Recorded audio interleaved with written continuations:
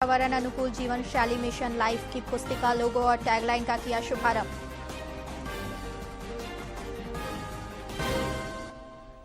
नक्सलियों के खिलाफ अभियान में लगातार दूसरे दिन बूढ़ापहाड़ में सुरक्षा बलों को मिली बड़ी सफलता, 52 केन बम सहित विस्फोटक बरामद, 2 बंकर ध्वस्त।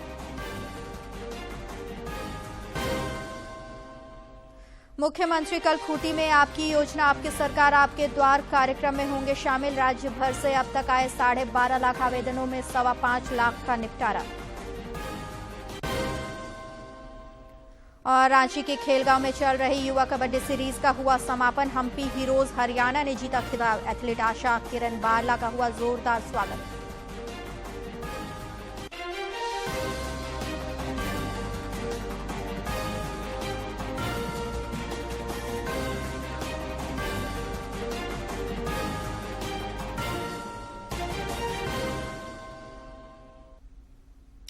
नमस्कार, खबरें झारखंड में आपका स्वागत है। मैं हूं मंजुषा भारद्वाज और अब समाचार विस्तार से। प्रधानमंत्री नरेंद्र मोदी आज गुजरात के केवड़िया में संयुक्त राष्ट्र महासचिव अंतोनियो गुतेरेस के साथ द्विपक्षीय वार्ता कर रहे हैं। इससे पहले वे एकता प्रतिमा पर पुष्पांजलि भी अर्पित किए। विदेश मंत्री डॉक्टर एस जयशंकर ने कल केवड़िया में एकता नगर में श्री गुतेरेस के साथ बैठक की। दोनों नेताओं ने प्रमुख वैश्विक मुद्दों पर बहुपक्षवाद की चुनौतियों पर विचार विमर्श किया। गौरतलब है कि श्री गुतेरेस 3 दिन की भारत यात्रा के दौरान कल गुजरात पहुंचे थे। वे आज मेहसाना के मोढेरा में सौर ग्राम और विश्व प्रसिद्ध सूर्य मंदिर देखने जाएंगे। गुतेरेस की मुलाकात हो रही है और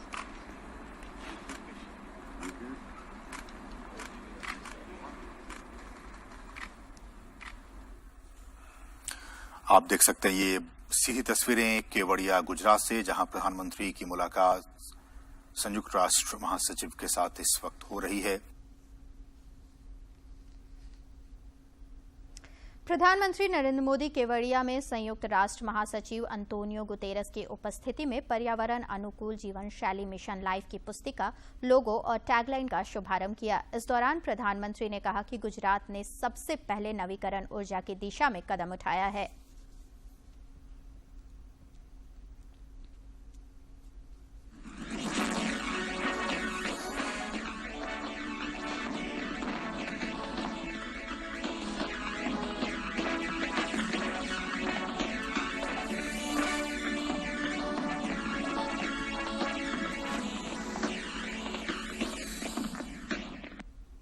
Thank you, dignitaries.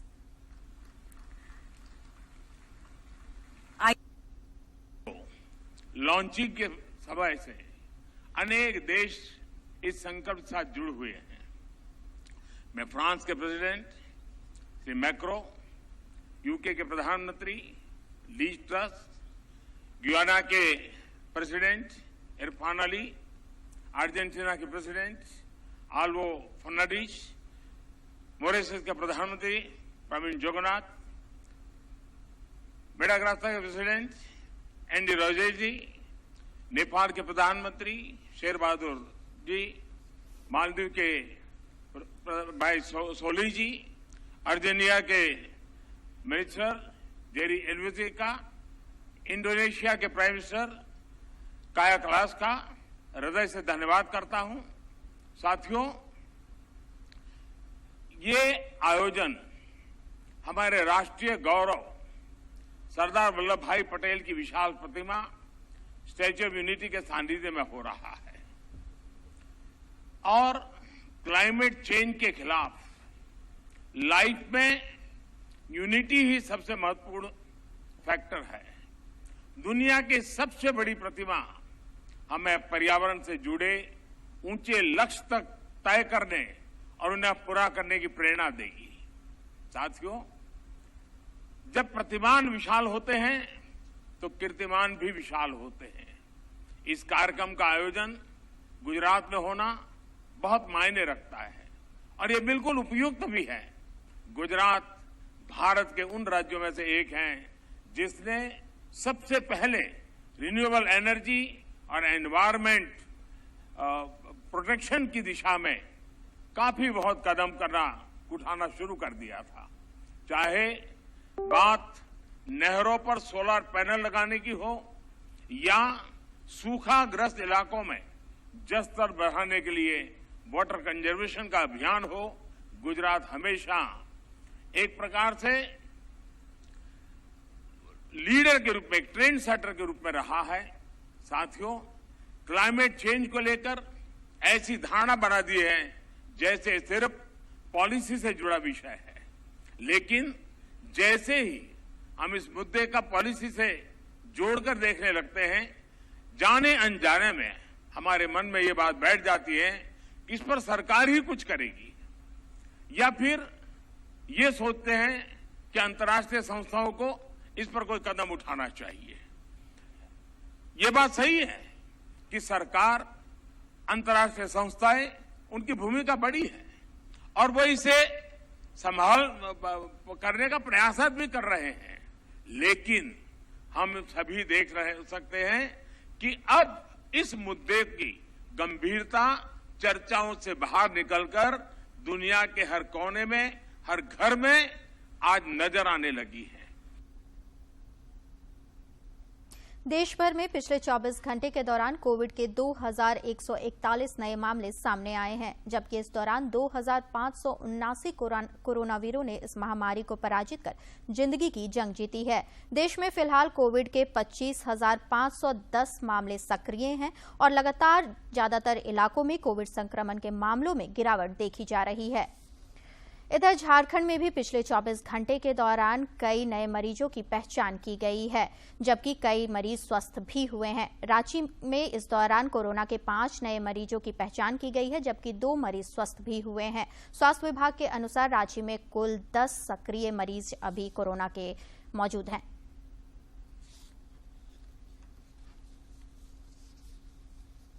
देश में कोविड के खिलाफ जारी जंग में टीकाकरण अभियान तेज गति से जारी है। केंद्रीय स्वास्थ्य मंत्रालय के ताजा आंकड़ों के अनुसार देश में अब तक 2 अरब 19 करोड़ 46 लाख से अधिक कोविड रोधी टीके लगाए जा चुके हैं।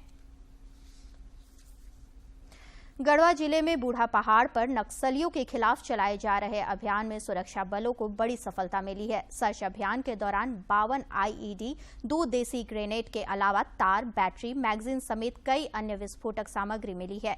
ये सभी सामान एक बंकर में मिले हैं। सुरक्षा बलों ने बंकर को भी ध्वस्त कर दिया है। गौरतलब है कि प्रतिबंधित नक्सली संगठन भाकपा माओवादी को खदेड़ने के बाद सीआरपीएफ और पुलिस लगातार उस इलाके में सर्च अभियान चला रही है। इस क्रम में कल सुरक्षा बलों ने यह सफलता हासिल की है। मुख्यमंत्री हेमंत सोरेन कल खूंटी के कर्रा में आयोजित आपकी योजना आपकी सरकार आपके द्वार कार्यक्रम में शामिल होंगे। कार्यक्रम स्थल की तैयारियों का जायजा मुख्य सचिव सुखदेव सिंह और उपायुक्त शशि रंजन ने लिया।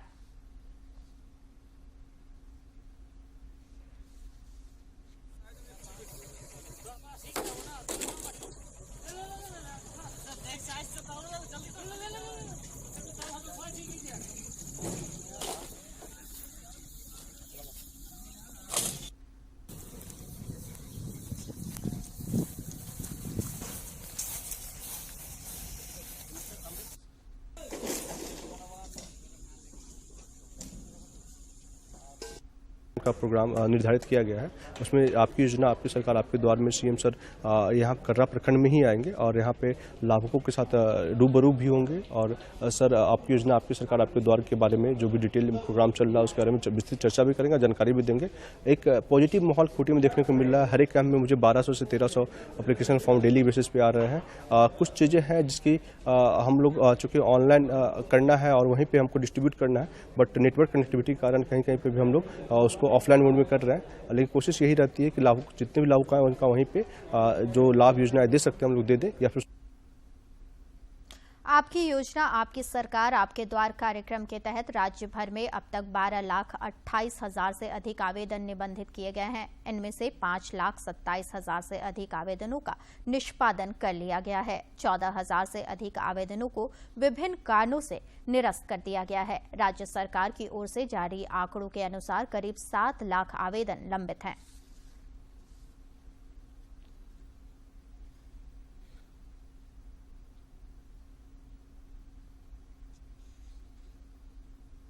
राज्य मंत्रिपरिषद की आज होने वाली महत्वपूर्ण बैठक स्थगित कर दी गई है। अब मुख्यमंत्री हेमंत सोरेन की अध्यक्षता में प्रोजेक्ट भवन में कल शाम 4 बजे से होने वाली बैठक में कई महत्वपूर्ण निर्णय लिए जाएंगे। मंत्रिमंडल सचिवालय समन्वय विभाग ने इस संबंध में आदेश जारी किया है और सभी विभागों को कैबिनेट के लिए प्रस्ताव उपलब्ध कराने का निर्देश दिया है। धनबाद जिले के बैंक मोड़ थाना क्षेत्र के वासेपुर के करीमगंज में पिछले रविवार की रात 2 किशोरों की हत्या मामले का पुलिस ने खुलासा कर लिया है। धनबाद के वरीय पुलिस अधीक्षक संजीव कुमार ने पत्रकारों से बातचीत में बताया कि इस हत्याकांड मामले में 4 लोगों को गिरफ्तार किया गया है।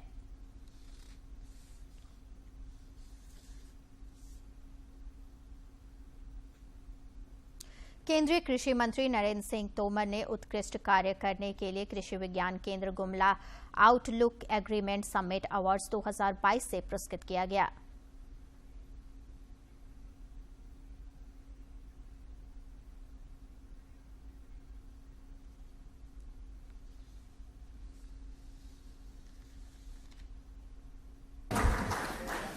तो सबसे पहले हम हमारी श्रेणी आउटस्टैंडिंग केवीके की ओर रुख करते हैं और आउटस्टैंडिंग केवीके के लिए सबसे पहले बुलाना चाहेंगे गुमला झारखंड से डॉक्टर संजय कुमार। और इनके जो मेजर कॉन्ट्रीब्यूशंस हैं, योगदान है, वो है जल संरक्षण, सहभागी बीज कार्यक्रम, बकरी पालन और सुअर पालन उद्यम के रूप में और लाख की खेती एवं मशरूम की खेती। जोरदार तालियां डॉक्टर संजय कुमार के लिए गुमला झारखंड से।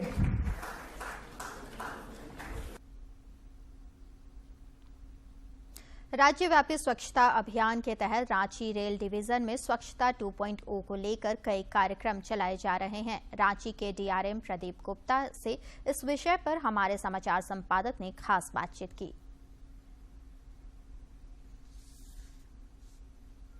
स्वच्छता 2.0 कैंपेन पूरे देश भर में चल रहा है और रांची डिवीजन ने भी इसमें काफी अच्छा काम इस दौरान किया है। हमारे साथ रांची डिवीजन के डीआरएम प्रदीप गुप्ता जी हैं। उनसे जानते हैं कि किस तरह से इस कैंपेन में एक टारगेट फिक्स किया गया है और कैसे जो इनके आसपास के जो रेलवे स्टेशन है उसको ये लोग ग्रीन बेल्ट के रूप में डेवलप कर रहे हैं। हम लोगों ने अपना रांची डिवीजन में टोटल 45 स्टेशन है, तो सभी को हमने सिस्टमेटिक ढंग से सफाई करने के लिए प्रयत्न किया है और इसमें 80% स्टेशन तो हमारे कंप्लीट भी हो गए हैं और रेगुलरली सफाई हमारी डेली उसमें होती है। और इसमें से 3 स्टेशन ऐसे हैं, रांची, मुरी और हतिया, जहाँ मैकेनाइज क्लीनिंग है। बाकी 42 स्टेशन में मैनुअल क्लीनिंग होती है। तो ये सभी स्टेशंस में हमारे सफाई कैंपेन अच्छे से चल रहा है। इसके अलावा हम लोगों ने बेचा स्टेशन है हमारे रांची, हतिया और मुरी। इसमें जब गाड़ी घुसती है तो काफ़ी स्लो हो जाती है नेचुरली। जो 110 के एमपीएच पे आती है वो 15-20 के एमपीएच पे स्टेशन के अंदर घुसती है। तो उस समय पैसेंजर जो बैठा रहता है खिड़की के पास, सभी की जिज्ञासा रहती है कि देखें बाहर क्या है। तो पहले काफ़ी एक अच्छा दृश्य उसको नहीं दिखता था, गंदगी भी रहती थी और जंगल झाड़ी वगैरह रहती थी। हमने प्रयत्न किया है कि रांची जब मेजर स्टेशन में घुसे रांची डिवीजन के, तो उसको एक अच्छी अनुभूति लगे। इसके लिए हमने ग्रीन पैचेस डेवलप किए हैं सभी तीनों मेजर स्टेशंस के अप्रोचेस में। सर एक चीज़ और, जब कैंपस में हम घुसते हैं, चाहे ये डीआरएम ऑफिस का कैंपस हो या हटिया रेलवे स्टेशन हो, रांची रेलवे स्टेशन हो, यहाँ पर पहले जो गंदगी का अंबार दिखता था वो अब नहीं दिखता है। तो ये जो एक विशेष कैंपेन चलता है, इसका भी कुछ फायदा होता है क्या? हाँ, ये कैंपेन जो है जनता में भी जिज्ञासा डालता है, उनको भी मोटिवेट करता है कि सफाई, अपने आसपास सफाई रखने के लिए। और ये कैंपेन्स जो रेगुलरली चलते हैं, इससे जो गांधी जी ने भी कहा था कि cleanliness is next to godliness, ये सब इन्हीं मैसेजेस जनता तक जाते हैं और जनता इसको काफ़ी अच्छे से ले रही है। स्पेशली जब से हमारे प्रधानमंत्री ने 2014 से इसको एक रेगुलर एक मिशन की तरह से लिया है। क्या लगता है कि रेलवे प्रबंधन ने जिस तरीके से साफ सफाई पर ध्यान दिया, उसका असर आम पब्लिक पर भी पड़ा? लोग भी थोड़े जागरूक हुए और रेलवे स्टेशन पर उस तरह से गंदगी नहीं फैलाते हैं? हाँ, यस, ये तो बिल्कुल सही बात है। कहीं भी एक ह्यूमन टेंडेंसी होती है कि जहाँ भी थोड़ी बहुत गंदगी रहती है तो दूसरा आदमी जो आने वाला है वो और थोड़ा गंदी जगह रहती है तो उसमें और गंदगी कुछ भी डाल देता है। लेकिन जब साफ़ सुथरी जगह रहती है तो उसका अपने आप मन नहीं करता है कि कुछ भी कोई भी चीज़ वहाँ फेंके। थोड़ी सी गंदगी और ज़्यादा गंदगी को इनवाइट करती है। और किस तरीके से इन लोगों ने इस पूरे महीने में एक टारगेट भी फिक्स किया है, वो भी जानते हैं गुप्ता जी से।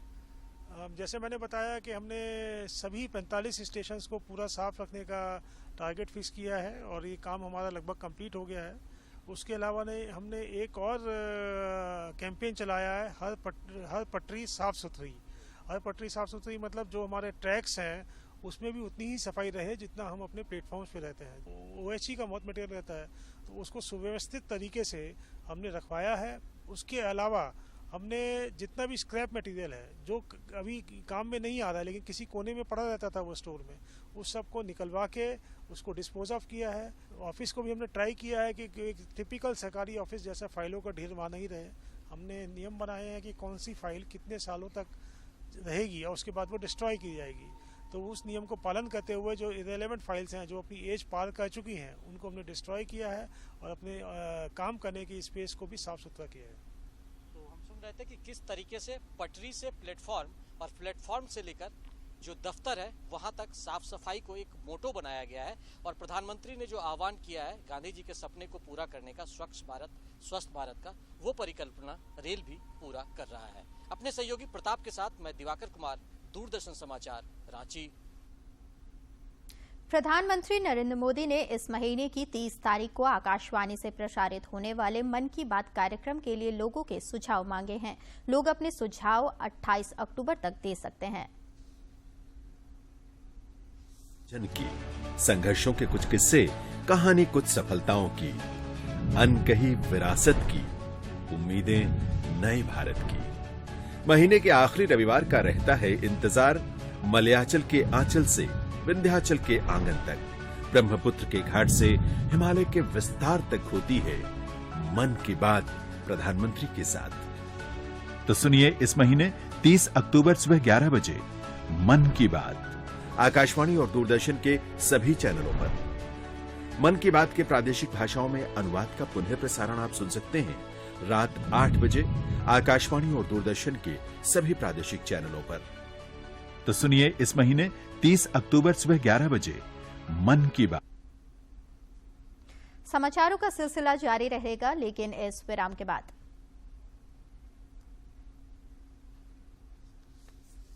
साल 2021 श्री हेमंत सोरेन के कुशल नेतृत्व में झारखंड सरकार ने राज्य भर में शुरू किया था आपके अधिकार आपकी सरकार आपके द्वार कार्यक्रम।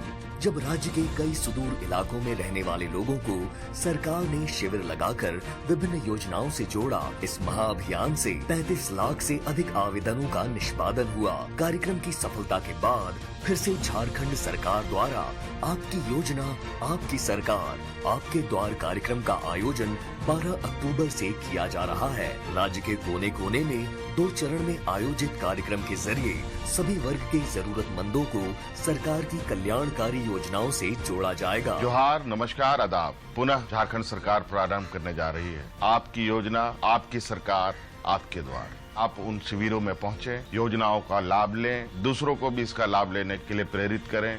धन्यवाद। जोहार। ब्रेक के बाद एक बार फिर से आपका स्वागत है। राज्य सरकार ने झारखंड इलेक्ट्रिक व्हीकल पॉलिसी 2022 लागू कर दी है। इसके तहत इलेक्ट्रिक वाहनों की खरीदारी पर राज्य सरकार ने अनुदान देने की घोषणा की है। राज्य में अब नई इलेक्ट्रिक कार खरीदने पर 1.5 लाख रुपए तक का अनुदान मिलेगा, जबकि दोपहिया वाहनों पर 10,000, ऑटो पर 30,000 और ई बस खरीदने पर 20 लाख रुपए तक का अनुदान मिलेगा। उद्योग विभाग ने इसकी गजट अधिसूचना जारी कर दी है। रोड टैक्स में भी छूट का प्रावधान किया गया है। इस पॉलिसी में सरकारी कर्मियों के लिए विशेष सुविधा देने की घोषणा की गई है। रांची स्थित मौसम विज्ञान केंद्र के अनुसार 22 अक्टूबर तक रांची तथा आसपास के क्षेत्रों में बादल छाए रहेंगे। दक्षिण बंगाल में साइक्लोनिक सर्कुलेशन में असर से राज्य के कई जिलों में 24 अक्टूबर को दीपावली के दिन भी आसमान में बादल छाए रहने की संभावना है। 25 और 26 अक्टूबर को रांची सहित राज्य के कई हिस्सों में बारिश की संभावना है। राजधानी रांची के खेलगांव स्थित टाना भगत स्टेडियम में चल रहे युवा कबड्डी सीरीज का समापन हो गया है। फाइनल मैच में हम्पी हीरोज हरियाणा ने अरावली एरोज को 59-32 के अंतर से हराकर विजेता का खिताब जीत लिया है। इस मौके पर राज्यपाल रमेश बैस ने विजेता टीम को 20 लाख रुपए और रनर टीम को 10 लाख रुपए देकर पुरस्कृत किया। तीसरे स्थान पर रहने वाली टीम को 5 लाख रुपए और चौथे स्थान पर रहने वाली टीम को 2 लाख रुपए का इनाम दिया गया है।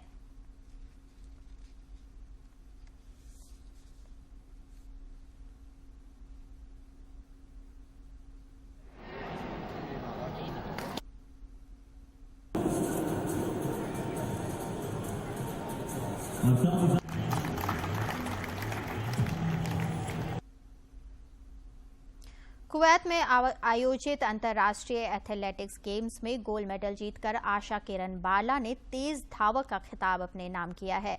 आशा जब बुधवार को शाम बोकारो थर्मल पहुंची तो उनका जोरदार स्वागत किया गया।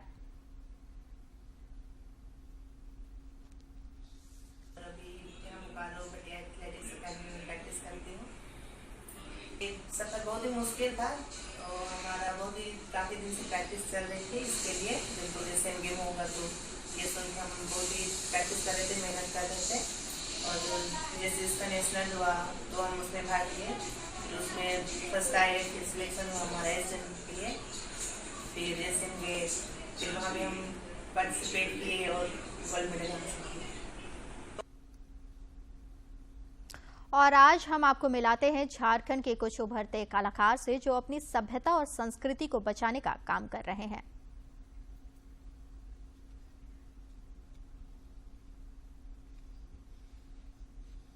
मांदर, ढोल और नगाड़ा के साथ ये झारखंड के उभरते कलाकार हैं जो अपनी सभ्यता और संस्कृति को बचा रहे हैं। एक जो हम कह सकते हैं कि जो पुश्तैनी कलाकार भी इन लोगों को हम कह सकते हैं, जिसके जरिए ये लोग अपनी जो सभ्यता और संस्कृति है उसका प्रचार प्रसार तो कर ही रहे हैं, उसे बचाने का भी, संजोने का भी काम कर रहे हैं। किस तरीके से, आइए सुनते हैं। क्या है आपका ये थीम? ये थीम मेरा सांस्कृतिक जो उरांव जनजातीय लोग का है। ये अखाड़ा भी बंद होने वाला है, वही चीज़ को हम लोग बचाने के लिए पूर्वज जो चलते आ रहा है उसी को हम लोग फिर से उसी को चलाने के लिए, ऊपर ले आने के लिए फिर से हम लोग ये शुरू किए हैं। तो सुनते हैं जरा ये किस तरीके से अपने जो मैसेजेस हैं उनको इलाके में प्रचार प्रसार के जरिए भी आगे बढ़ाते हैं। सातो रे भैया सातो करीना दादा यो रे भल, सातो भैया के लाल शिकार दादा यो रे भला, सातो भैया के लाल शिकार दादा यो रे बड़ भैया मारे हरिना पेरेवा दादा यो रे भला, छोट भैया मारा ल शिकार दादा यो रे भला, छोट भैया मारा ल शिकार दादा यो रे। कितने मधुर इनके आवाज है और ये जो आवाज और जो ध्वनि निकलती है इसके तौर पर जो एक झारखंड का जो एक फ्लेवर है वो भी आता है। कैसे आपको प्रेरणा मिली कि आप लोग इसे बचाएं? ये हम लोग का उरांव जनजातीय संस्कृति है जिन्होंने हमारे पूर्वजों ने बनाया है और हम लोग इसको चाहते हैं कि हम लोग का जो जनजातीय संस्कृति है वो हमेशा के लिए बना रहे। हम लोग आदिवासी आजकल के जो लड़के लड़कियां सबको भूलते जा रहे हैं, तो हम लोग चाहते हैं कि आने वाले लड़के लड़कियां हमारे भाई बंधु सब इसको बचा के रखे हमेशा के लिए, इसीलिए हम लोग इस कार्य कर रहे हैं। हमेशा के लिए इनकी सभ्यता और संस्कृति बचे, उसके लिए उभरते कलाकार जो हैं ये लगातार प्रयास कर रहे हैं। कैसे आपको प्रेरणा मिलती है और किस तरीके से आप लोग सभ्यता संस्कृति को बचा रहे हैं? ये हमारे पूर्वज का देन है। इससे हमें खुशी मिलती है कि हमारे पूर्वज जो धान कटाए चाहे रोपाए जो कुछ भी है उसी की खुशी में ये चीज होता है। और इसे आगे बढ़ाने के लिए जो हमारे गांव स्तर से जो टाउन या शहरों की ओर भाग रहे हैं वो हमारे कल्चर को भूलते जा रहे हैं। इसको हम बोलना चाहेंगे कि बचाने के लिए कुछ संदेश देना चाहते हैं कि कैसे इसको बचाया जाए। तो कैसे बचाया जाए इसका संदेश भी ये दे रहे हैं और ये जो उभरते कलाकार हैं निश्चित तौर पर जो इनकी अगली पीढ़ी आएगी वो इनसे इंस्पायर होगी। हमारे गांव के पूर्वजों लोग का ये धरोहर है जो कि करते आए हैं और यही पूर्वजों को देन है कि आने वाला पीढ़ी में ये चीज़ को फिर रिपीट होते जाए, बरकरार रहे। यही चीज़ पूर्वजों का देना है, बरकरार रहे सभ्यता और संस्कृति। तो हम कह सकते हैं ये झारखंड के एम्बेसडर भी हैं जो अपनी सभ्यता और संस्कृति को एक पहचान दिलाने की कोशिश कर रहे हैं और उसे बचाने की भी कोशिश कर रहे हैं। तो फिर एक बार हम सुनाते हैं इनके इस धुन को जो झारखंड की पहचान है। सातो रे भैया सातो करीना दादा यो रे भला, सातो भैया खेला ले शिकार दादा यो रे भला, सातो भैया खेला ले शिकार दादा यो रे बड़ भैया मारे हरिना पेरेवा दादा यो रे भला, छोट भैया मारा ले मेंजूर दादा यो रे भला, छोट भैया मारा ले मेंजूर दादा यो रे उभरते कलाकार हैं और इन उभरते कलाकारों से आपकी मुलाकात हमारे खास कार्यक्रम दूरदर्शन के उभरते कलाकार में होगी। दूरदर्शन की टीम को दीजिए इजाजत। नमस्कार। हेरिटेज वॉक के आज के सेगमेंट में हम आपको शेयर कराते हैं उड़ीसा के कोणार्क मंदिर का।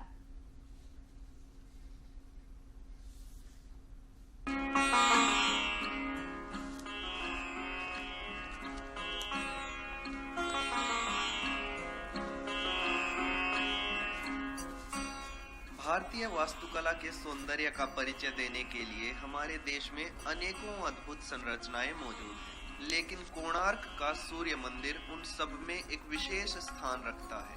महाकवि रविंद्रनाथ टैगोर ने कहा है कि कोणार्क, जहां पत्थरों की भाषा मनुष्य की भाषा से श्रेष्ठतर है।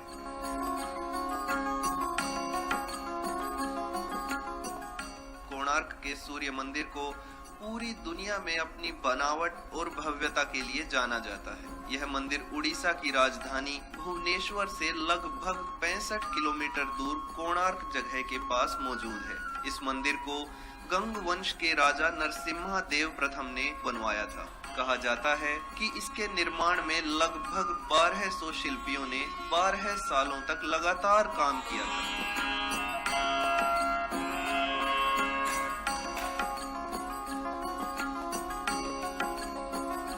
सूर्य मंदिर को रथ जैसा स्वरूप देने के लिए इसके दोनों तरफ बड़े बड़े 24 पहिए बनाए गए हैं और उन पहियों को खींचने के लिए 7 घोड़े बने हुए हैं।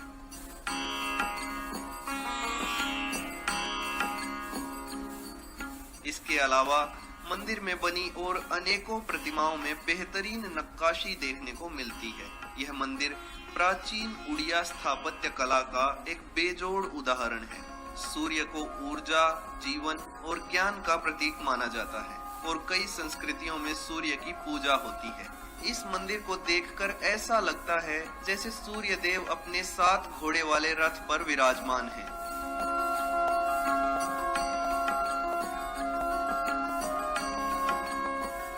भारतीय वास्तुकला और इतिहास में इसके महत्व को समझते हुए साल 1984 में इस सूर्य मंदिर को यूनेस्को की विश्व धरोहरों में शामिल किया। और अंत में मुख्य समाचार एक बार फिर।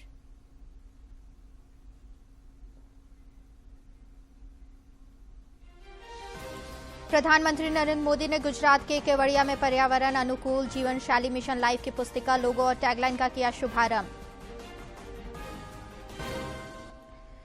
नक्सलियों के खिलाफ अभियान में लगातार दूसरे दिन बूढ़ा पहाड़ में सुरक्षा बलों को मिली बड़ी सफलता, 52 केन बम सहित विस्फोटक बरामद, 2 बम पर ध्वस्त।